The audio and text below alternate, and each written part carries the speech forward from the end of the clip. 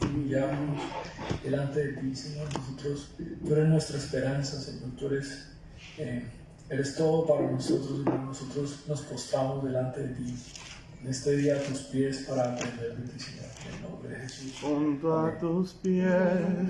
Aleluya. Bueno, hermano, vamos a cerrar esta transmisión y bueno, conéctese ahí Con tu amor. la palabra y el Señor le bendiga. Un saludo para todos. Bendiciones.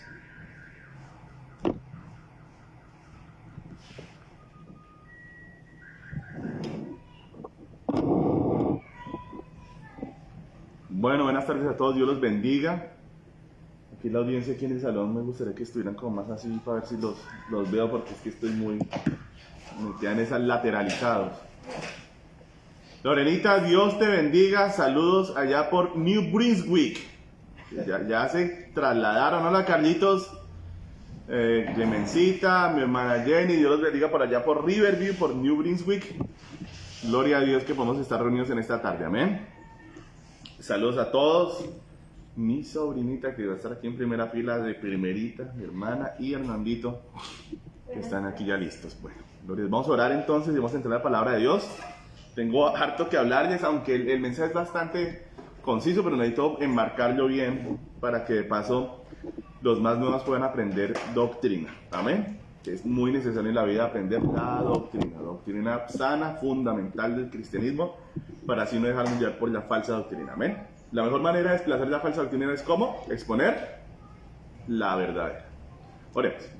Amado Padre, te bendecimos en esta tarde y estamos agradecidos contigo por el privilegio que nos das de podernos reunir en torno al nombre de tu Hijo Jesucristo, que es nombre sobre todo nombre. Y te pedimos perdón primeramente por nuestros pecados, Señor, nuestra falta, nuestros errores, nuestros malos pensamientos y por aquellas cosas que tal vez pudimos hacer bien y no las hicimos.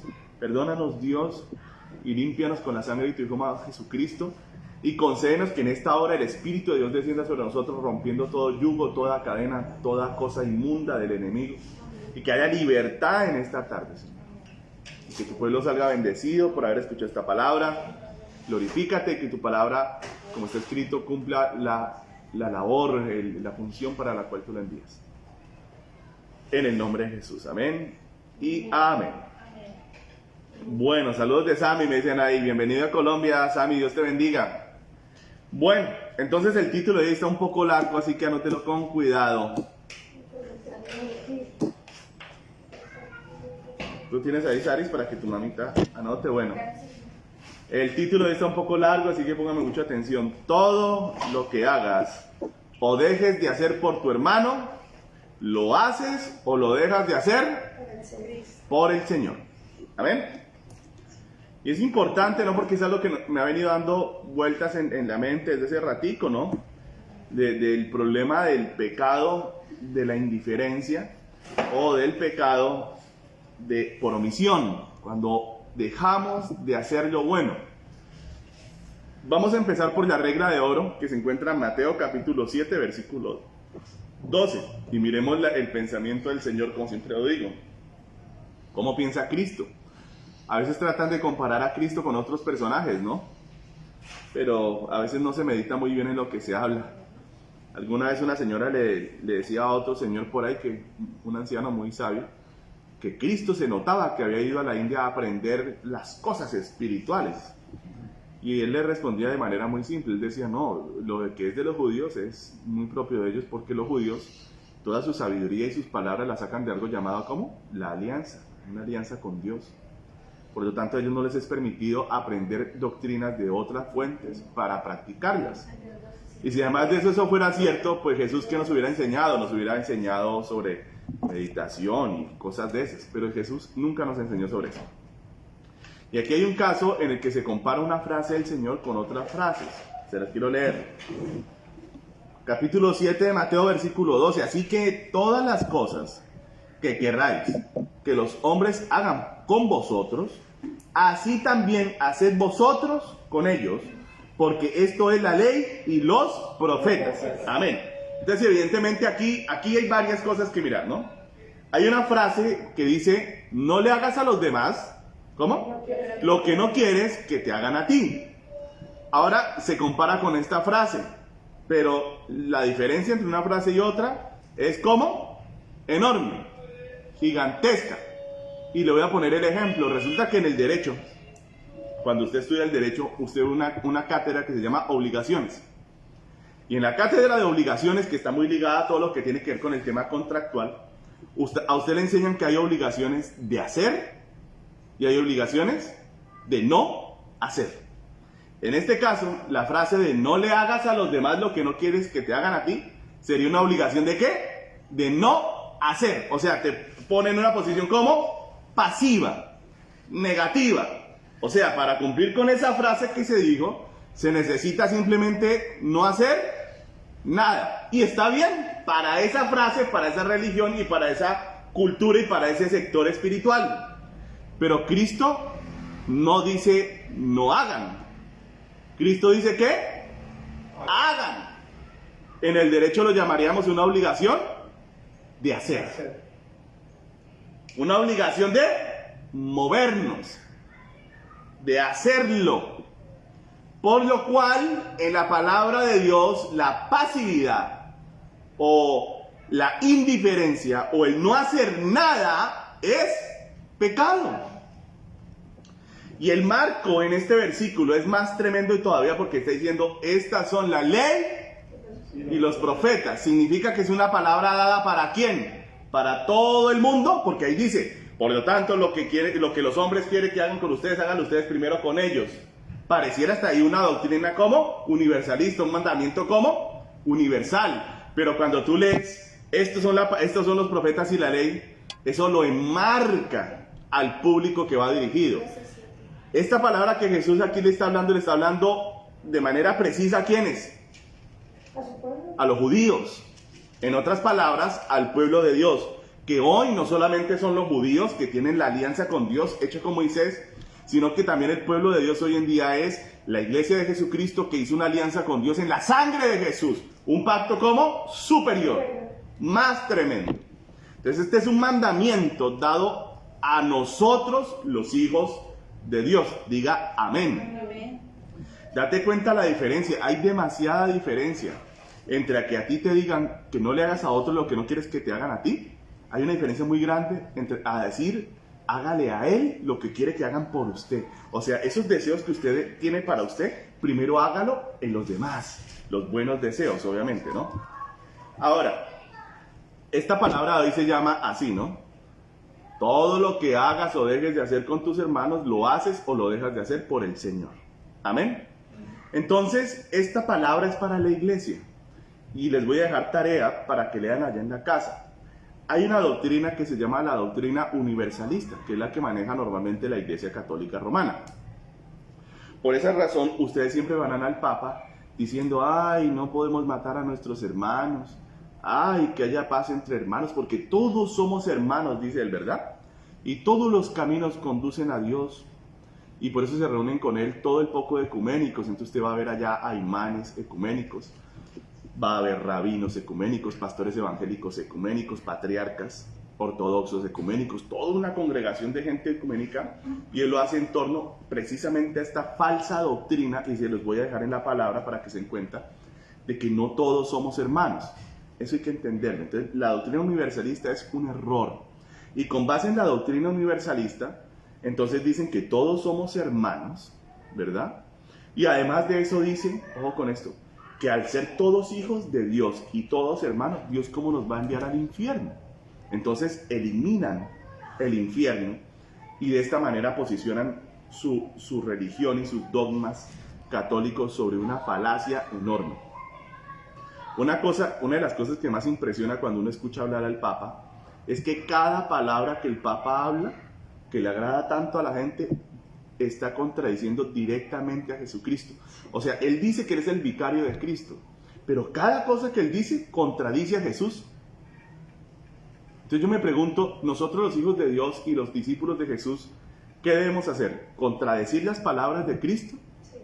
¿O más bien hablarlas, entenderlas, amarlas y obedecerlas? ¿Ustedes qué dicen? Entonces usted allá en la casa me va a leer Juan capítulo 1:12. Ahí dice, mas a todos los que le recibieron, esto es, a los que creen en Él, les dio potestad de ser hechos hijos de Dios. Amén. Entonces usted se hace hijo de Dios cuando usted recibe a Jesucristo como su Señor y su Salvador en su vida. Cuando usted le dice, Señor Jesús, yo hasta este día he hecho lo bueno y lo malo, pero lo he hecho sin ti. Yo no sabía quién eras tú, perdóname Dios, estoy arrepentido. Porque es que el principal pecado en la vida de un ser humano es caminar sin Dios. Es hacer una vida independiente de Dios. Puede ser abrazado a la religión, pero independiente de Dios. Que fue el pecado original. Ese es el verdadero pecado original. Le dijeron a Dios, Dios, queremos sabiduría, queremos entender lo bueno y lo malo para no depender de ti. Ese es el pecado original. La separación de Dios. Dios, tú allá y nosotros acá, ¿vale? Es que está cansona la cosa. Tú por allá en lo tuyo y nosotros aquí en lo nuestro. Ese es el pecado original. Cuando alguien se hace hijo de Dios, cuando acepta que Jesús es el Mesías, o sea, el Rey de reyes y Señor de señores, y lo pone por rey en su vida, y dice, de ahora en adelante tú serás mi rey y yo seré tu siervo, tú mi padre y yo tu hijo, tú hablarás y yo voy a obedecer, tus palabras serán mi ley, por encima de las leyes de mi país, por encima de las creencias de mi país, por encima de las creencias de mi familia, yo voy a creer en lo que tú digas y esa va a ser mi ley. Cuando usted hace esa traslación y usted pone a Cristo en ese lugar, dice la Biblia que usted es trasladado de la potestad de las tinieblas a la luz admirable de Dios. Amén. Ahí la Biblia dice que le ha sido dada una potestad para ser usted hecho, ¿qué? Hijo de Dios. No dice que ya se hizo de hijo de Dios, pero que ya tiene esa potestad. Entonces el siguiente paso, ¿cuál es? Usted se va para las aguas del bautismo, a seguir los pasos del Mesías, que sin pecado le dijo a Juan, Juan, bautíceme. Pero ¿cómo, Señor, si el que necesita ser bautizado soy yo por ti, porque tú das el Espíritu y yo solamente le echo agua a la gente? Le dijo, no, ahorita no, Juan, toca así, hay que cumplir con todas las cosas que me fueron dichas para que mis hermanos menores, dígame, mis hermanos menores, ¿qué? Sigan mis pasos. Entonces, así como Jesús se bautizó con entendimiento, con ya la comprensión que tiene un varón de 30 años, y aún estando sin pecado nos enseñó que el bautismo no es para los bebés y no es para los niños, el bautismo es para los grandes, que ya tenemos la conciencia del pecado, que ya hemos entendido que estamos presos del pecado, porque el que no lo ha entendido está grave todavía. Uno tiene que entender cómo el pecado se enseñorea de uno, para entonces clamar a Dios, que es más fuerte que el pecado, para que me rompa las cadenas del pecado que me tienen atado. ¿Cuántos dicen amén? Amén. Entonces seguimos las pisadas de Jesús, del Maestro. Y luego tenemos que recibir, ¿qué? El bautismo con Espíritu Santo y fuego para nacer de nuevo. Ah, nací de nuevo, soy un hijo de Dios. Ya nací de nuevo, ahora hay que, ¿qué? Crecer, fortalecerse, abrazar el llamamiento, lo que Dios tiene para mí y caminar bajo la voluntad de Dios, haciendo de Jesús mi Rey todos los días de mi vida. Amén. Amén. Eso es el pueblo de Dios. Para ese pueblo de Dios hay un mandamiento especial. No es que Dios nos llama a ser indiferentes con el mundo entero, no. Pero Dios nos llama a tener un especial cuidado por nuestros hermanos, tanto para hacer las cosas como para no hacerlas. Amén. Ahora, miremos este principio de que lo que le hacemos a Jesús, de que lo que le hacemos a nuestros hermanos, ¿se lo hacemos a quién? A Jesús. Hechos capítulo 9, versículo 1 al 5. Ahí está clarito.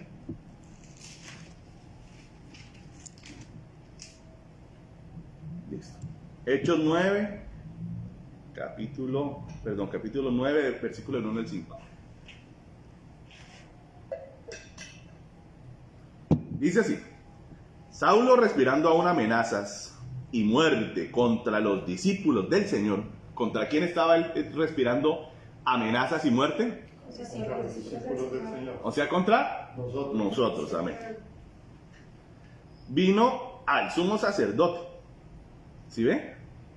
Va al sumo sacerdote para ir a destruir al pueblo de Dios. Imagínense, para que se dé cuenta cómo la religión no le sirve a Dios.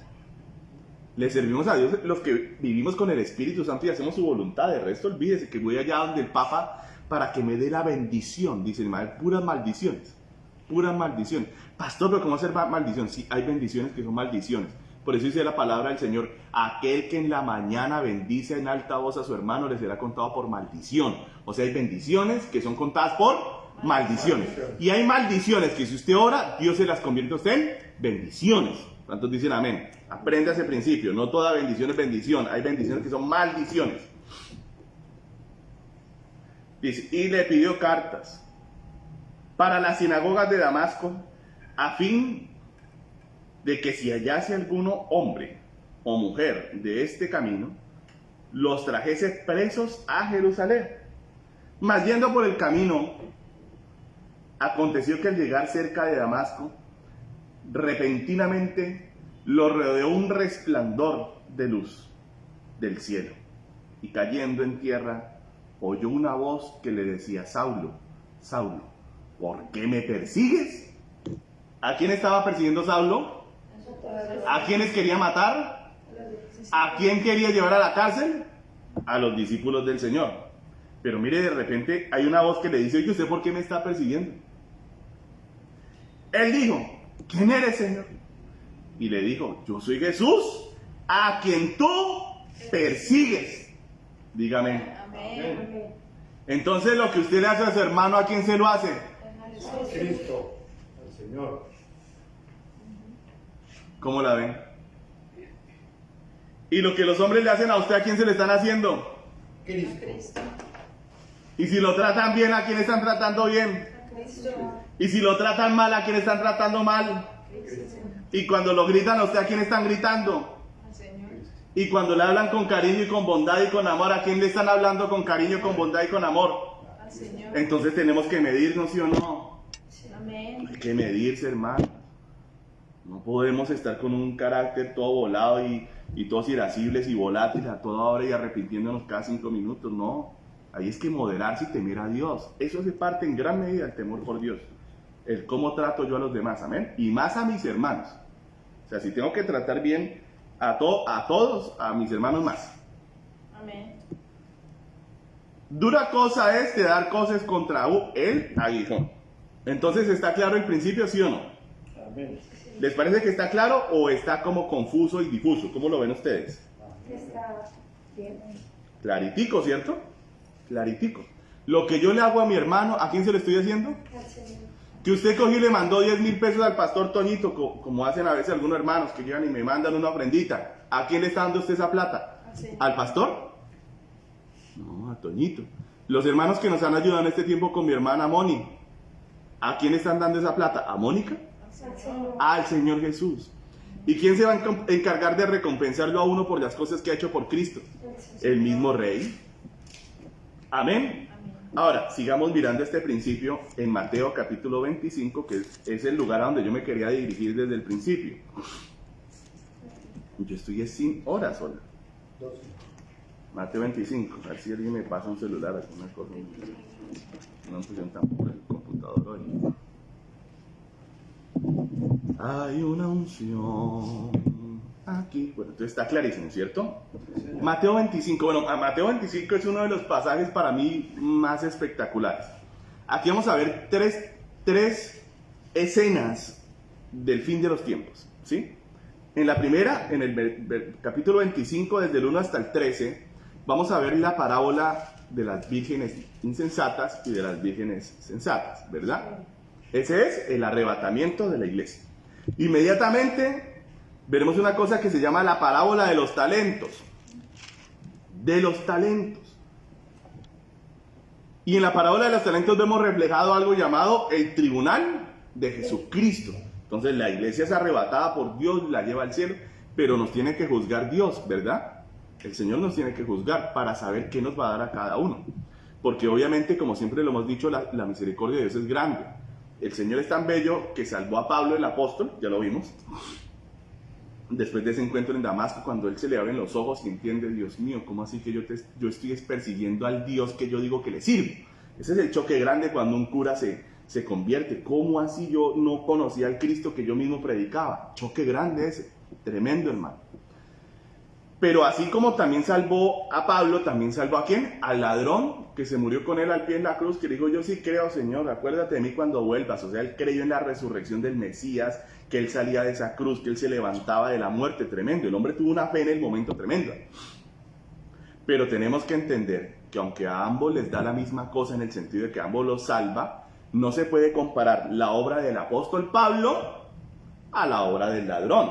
¿Cuál fue la obra del ladrón? Ninguna. Él simplemente creyó en el Señor y se salvó. Gloria a Dios por salvarse. Hombre, qué maravilla salvarse. No ir al infierno ya es una ganancia demasiado grande, ¿verdad? Pero hermano, usted tiene que entender que nos tenemos que enfrentar un día al tribunal de Jesucristo.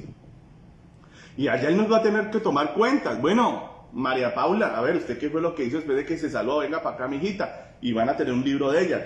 Esto hizo, esto no hizo, esto hizo mal, esto hizo bien. Mónica, venga para acá, ¿usted qué hizo? Hizo, no hizo, Y, bueno, y el Señor, conforme a la obra de cada quien, nos va a asignar un lugar en el cielo, una posición cercana o lejana a Él, dependiendo de lo que pase allí. Y la palabra del Señor inclusive nos habla de juicios tan adversos, tan malos, de siervos tan malos que creyeron en Cristo, pero es tan malo que los van a arrojar a un lugar llamado las tinieblas de afuera.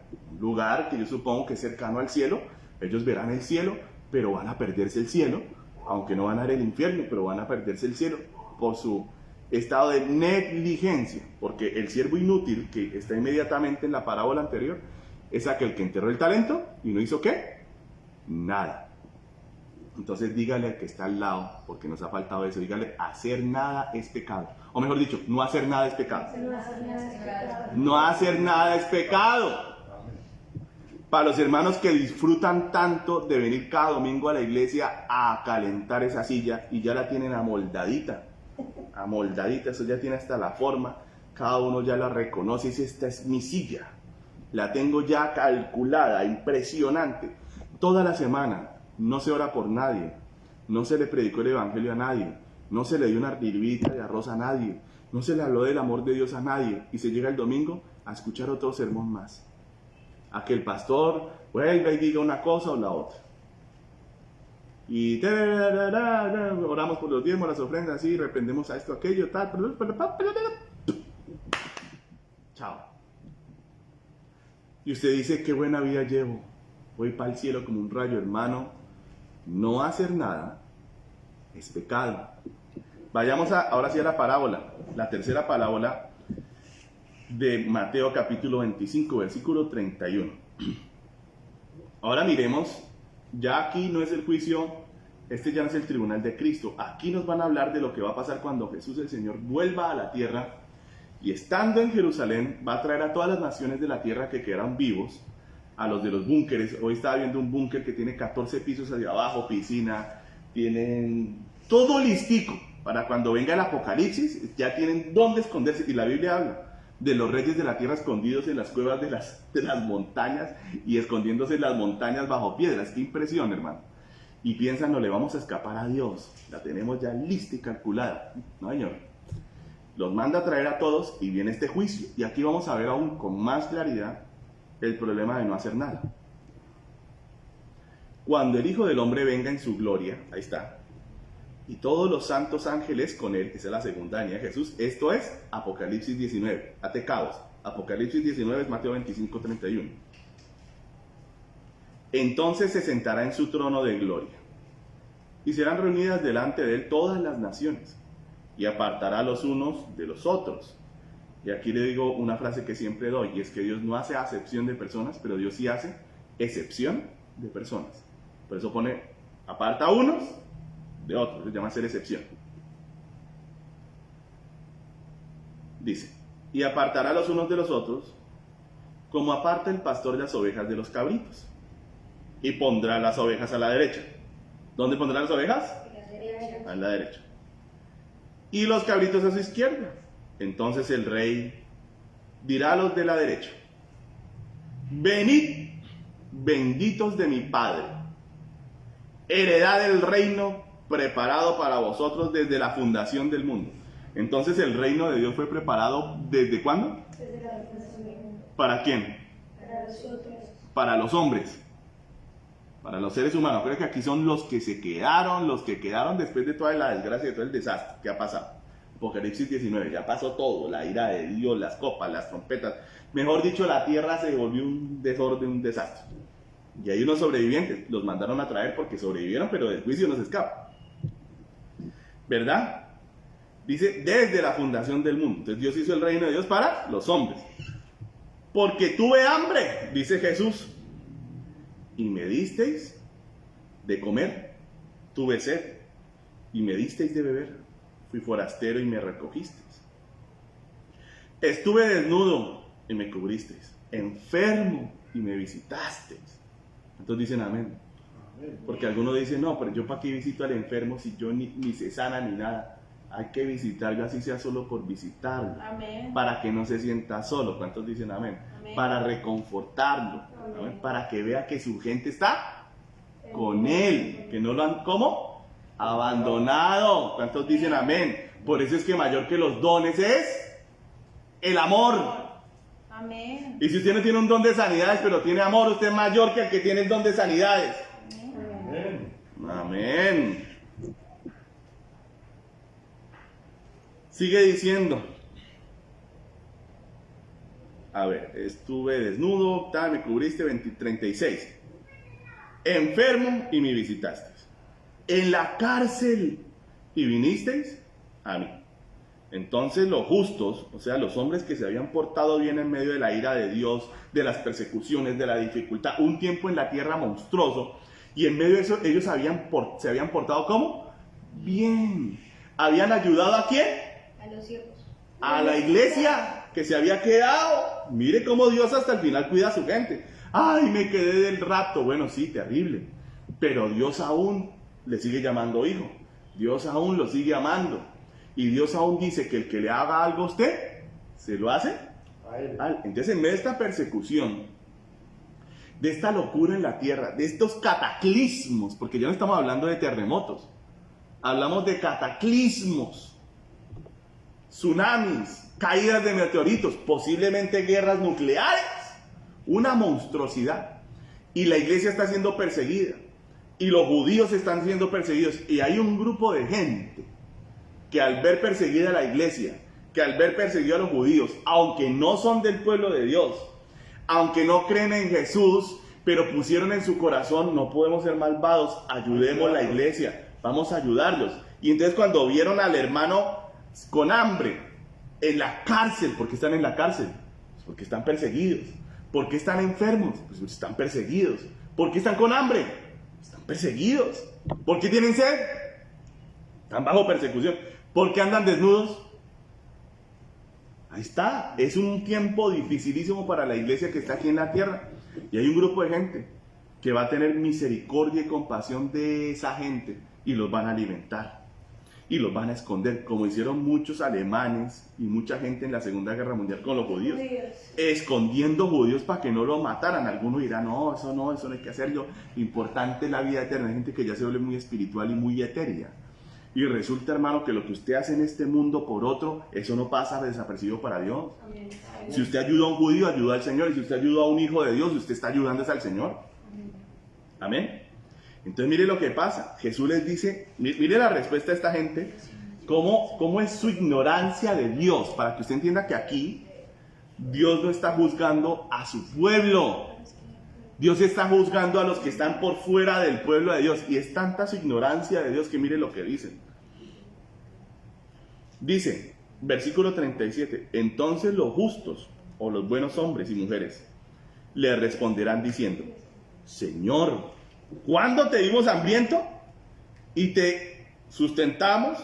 ¿O sediento y te dimos de beber? ¿Y cuándo te vimos forastero y te recogimos? ¿O desnudo y te cubrimos? ¿O cuándo te vimos enfermo o en la cárcel y vinimos a ti? ¿Cuándo? ¿De qué estás hablando, Señor? Imagínense, esta gente, ¿entiende lo que Jesús les está hablando? No. Otra pregunta. ¿Saben doctrina? No. Si a usted el Señor le dice, Hernandito, todo lo que hiciste por mí, te lo voy a recompensar. Ya Hernando dice, no le puede preguntar. Ya si te preguntas porque se aturdió el Señor, ya en la presencia de Dios lo aturdió y dice, pero yo cuando hice algo por ti, Señor, no. Ya nosotros sabemos por doctrina que lo que le hacemos al hermano, que lo que le hacemos al siervo del Señor, que lo que hacemos por algún otro hermano, se lo hicimos fue a Cristo. Y Cristo lo tiene como apuntadito. Y le aseguro que el Señor no se va a quedar con nada de lo que usted ha hecho bueno. Amén. Le va a recompensar cada cosa que usted ha hecho por Él. Porque Él es el gran rey. ¿Y un gran rey qué? No le puede ver nada a nadie. ¿Cuántos me están entendiendo? Tiene que ver con su grandeza. Él no le puede ver nada a nadie. ¿Sí me están entendiendo? Entonces Él tiene que pagar todo. Entonces mira lo que sigue diciendo. Y respondiendo el rey, les dirá, de cierto os digo, que en cuanto lo hiciste a uno de estos mis hermanos más pequeños, a mí me lo hiciste. Entonces, mire, esa es la claridad doctrinal que yo quiero que ustedes queden hoy. Ya lo vimos con Pablo, ¿no? Y voy a matar a esos bandidos de esos cristianos y los acabo y los mato y los destruyo. Y Jesús luego se le para en el camino y le dice, oiga, ¿por qué me anda persiguiendo usted a mí? Y claro, Pablo queda como desconcertado. ¿Y yo a qué hora? ¿Yo, Señor, a ti? No, nunca. Estaba como ajeno al pueblo de Dios, aunque parecía del pueblo de Dios. Estaba ajeno a la doctrina de Dios. Yo yo nunca te he perseguido. El Señor dice que es un principio muy simple. Lo que usted le hace a mi hermanito menor, me lo está ¿qué? Haciendo a mí. ¿Amén? ¿Está claro o no está claro? Sí, amén. Pero ahora vayamos al problema de no hacer nada. Pastor, yo soy un hombre que no le hago mal a nadie. Tampoco bien. Vivo una vida egoísta, tranquila, sabrosa.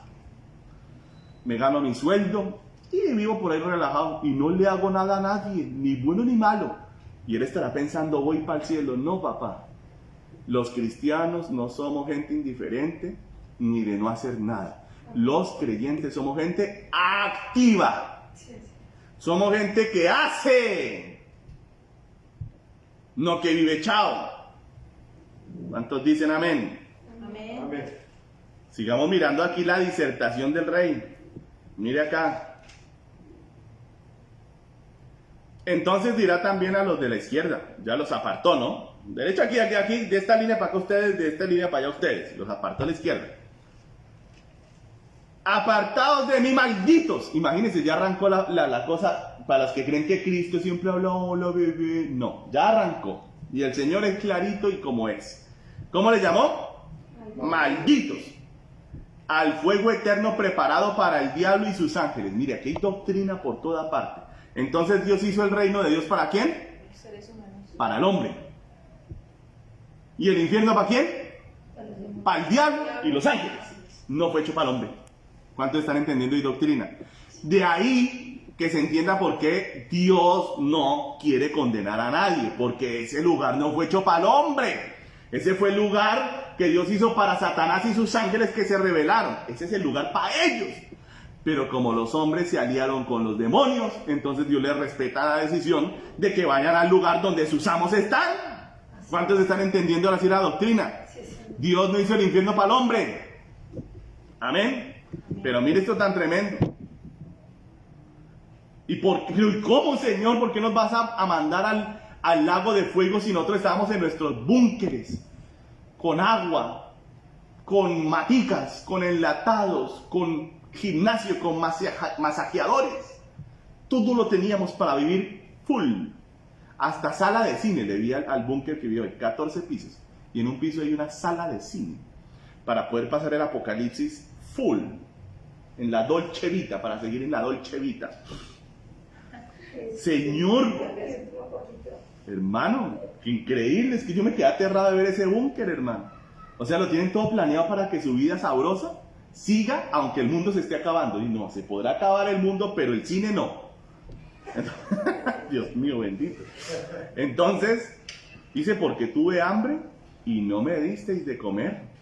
Tuve sed y no me disteis de beber. Fui forastero y no me recogisteis. Estuve como desnudo y no me recibisteis. No me cubristeis, perdón. Enfermo y en la cárcel y no me visitasteis. O sea, ¿no hicieron qué? Nada. Dígale a que tiene al lado, no hacer nada es pecado. lo sabía así. Man. No lo tenía tan claro. Esto se llama como doctrina. Clarita. Clarita como el agua. Ahora, ¿tenemos que vivir haciendo entonces cosas como unos locos? Pues no, porque para eso usted tiene al Espíritu Santo para que lo guíe. A veces él le va a decir haga, otras veces no haga, pero es que acuérdese que aquí estamos hablando del pueblo de Dios. Siempre que se trate de su hermano, siempre que se trate de su pastor, siempre que se trate del pueblo de Dios, la respuesta es sí hago. ¿Cuánto? Sí hago. Amén. Sí hago. No me puedo poner en la posición de indiferente. Que va, que lo muerda la vaca. ¿A mí qué me importa?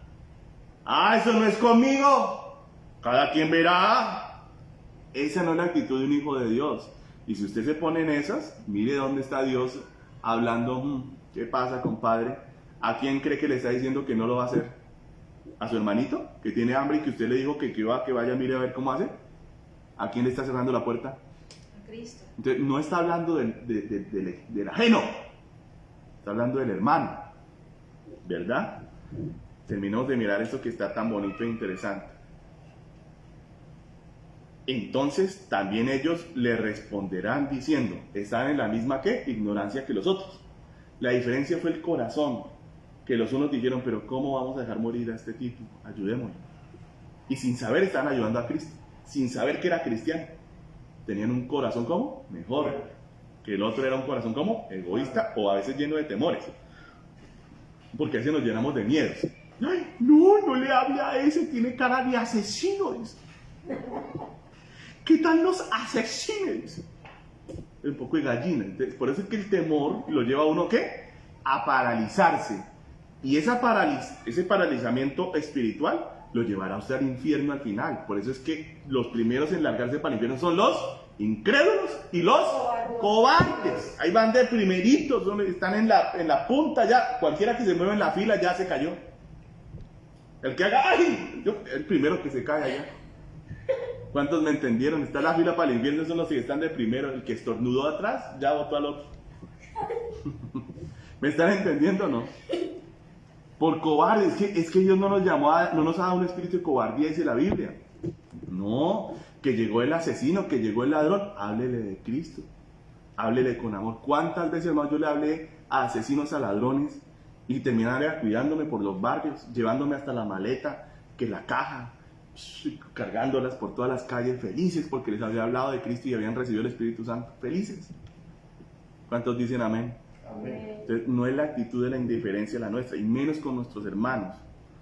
Sigue diciendo, entonces también ellos le responderán diciendo, Señor, ¿cuándo te vimos hambriento, sediento, forastero, desnudo, enfermo o en la cárcel y no te servimos?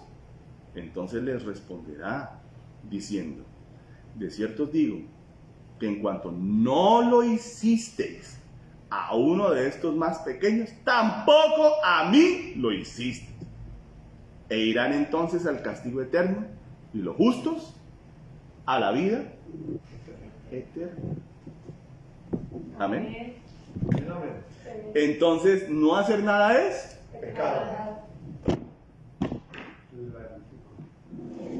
que el hermano tiene una necesidad grande, que el hermano tiene un problema. Por ejemplo, ahorita que Camilita, la hija de Cristian, en la UCI, enfermita, ¿qué es lo mínimo que tenemos que hacer los hermanos cuando nos llaman, nos escriben, Camilita está mal, mi hija está mal? ¿Qué hacemos los hermanos? Sacamos un rato, Padre, la niña, Señor, Camilita, ayúdala, Padre, mándale tu ángel, ven, ayúdala, Padre omnipotente, rompe ese espíritu de muerte. ¿Le hacemos qué? Guerra. Y los que están en Bogotá, ¿qué tienen que hacer? Apoyar a Cristian. Cristian, ¿qué necesitas, hermano? ¿Qué pasa allá? ¿Necesitas algo? ¿Qué pasa? ¿Tienes plata? ¿No hay plata? ¿Qué pasa, hermano? ¿En qué ayudamos? Ese es el pueblo de Dios, hermano. Un pueblo activo frente a la necesidad.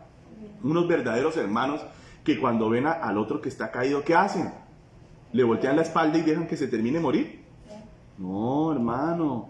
Lo apoyan, lo ayudan, cada quien con lo que tiene. Que yo no tengo plata, pero tengo oración. Allá me meto a orar, allá me meto y le hago guerra al diablo, me agarro con lo que me toque, agarrarme con la muerte, con el diablo, que lo que me toque. ¿Cuántos dicen amén? Que el otro tiene plata. Le dicen, Cristian, ahí te mandé 100,000, hermano, para los gastos, para lo que necesites. Hermano, que se vea el amor, hermano. El amor es una cuestión, cuando ya lo entendemos bien, es algo como activo. El amor es como activo. El amor se preocupa por el otro. El amor abraza. Cuando nos llama cualquiera de ustedes, yo se los digo, sea por medio de Astrid, sea por medio de Mauricio, sea por medio mío, nosotros todos los días a las 11, 11:30 de la mañana nos reunimos aquí con el pastor Mauricio, con María Paula, con Astrid y con Mauricio y con María Paula. Y entonces, bueno, ¿cómo han estado las cosas? Entonces Astrid nos cuenta, no, fulana le pasó esto, que a la hermana tal pasa aquello, caramba. Bueno, vamos a orar. Cuando algunos me cuentan, no, que la hermana tal, pastor, está llevada, pastor, no tiene ni para el bus, no, listo, ¿qué hacemos? Listo, ya, déjeme, yo le hablo, y yo le hablo a la persona, y le escribo, oiga, hermana, le mandé tanta platica. Qué bendición, hermano, cuando usted da su diezmo, su ofrenda, que usted, Dios lo bendice, y usted da para la iglesia, y yo tengo plata en las cuentas de la iglesia, y digo, hermanito, tenga que allá va plata, tenga que allá, hermano, usted sabe cómo caen en la vida de uno 100,000 pesos cuando usted no tiene ni para dos huevos, hermano, ni para 2 huevos, hermano, con arroz, hermano. Yo que lo he vivido, yo nunca olvidaré cuando el pastor se asomaba en la casa y decía, hola, ¿qué pasa aquí? ¿Por qué, pastor? No, porque el Señor me mandó a comprar un mercado para traer. Hermano, eso caía del cielo, ese aceitico, ese poquito de atún, esa librita de pasta. Hermano, cuando uno tiene abundancia y le regalan a uno una lata de atún y un pedazo de pasta, uno dice, bueno, gracias, hermano, y uno ahí lo pone por ahí, sí, póngalo por ahí, si le cabe en la nevera, mire a ver dónde lo acomoda, pues uno está en abundancia y la nevera se abre, pero hermano, cuando uno está en escasez, uy, hermano, una libra de lenteja con arroz y 2 huevos, una riqueza grande, hermano. Y si además de eso le traen un plátano bien maduro así, bien negrito, para hacer frita madura, ya usted pasó de estar bien a rey. La frita madura con el huevo ya es otro nivel. ¿Me están entendiendo, hermanos? Entonces, el amor, el reino de Dios se trata de un pueblo activo, que no deja al hermano caído, que no es indiferente ante el otro. Que se nos enfermó el pastor, cadena de oración, ayuno, y mandé la ofrenda, hermano, qué bendición. ¿Cuántos se acordaron de mí? Hermanos, se me caían con ofrenda, con lo uno, Toñito, tranquilo, y claro, yo ya más llevado que, hermano, ¿y para qué le cuento? La pasé, pero re mal. Pero hermano, mis hermanos no me abandonaron. Como yo hice con ellos, ellos hicieron conmigo, amén. Pero les voy a decir una cosa, todo lo que ustedes hicieron por mí, no lo hicieron por mí, lo han hecho por el Señor, amén. Y lo que yo he hecho por ustedes, no lo he hecho por ustedes. Lo he hecho por el Señor. Bendito sea el Señor. No lo hago con el deseo de que Dios jamás me recompense nada. Dios lo sabe. Yo jamás lo voy a decir, Señor, acuérdate que yo... No, Dios me guarde de eso, jamás. Lo hago por amor, con amor sincero y con cariño. Amén. Entonces acuérdense siempre. No hacer nada es pecado. Amén. Vamos a orar entonces y quedamos despedidos esta noche. Bueno, amado Padre Celestial, damos gracias por tu palabra, que es tan sabia y tan impresionante. Y que cuando ya se desmenuza, Señor, sacamos estos principios, estos mandamientos, estas cosas que nos impresionan. Porque ahora resulta que un montón de gente se va a ir para el infierno porque no hizo nada por tu pueblo. Por eso siempre nosotros pedimos, Señor, que nos des de todo. Danos doctrina, danos amor, danos oración para orar por los demás. Danos poder del cielo, Espíritu de Dios. Danos fuerza, poder, mucho poder para ayudar a los demás. Pero también danos dinero, Señor. Danos fincas, danos alimentos para darle a los que no tienen. Que nosotros vamos a ser una iglesia que le provee a otras iglesias muy pobres, por ejemplo, porque primero son los hermanos, Padre. Aquí lo estás diciendo tú en tu palabra con claridad.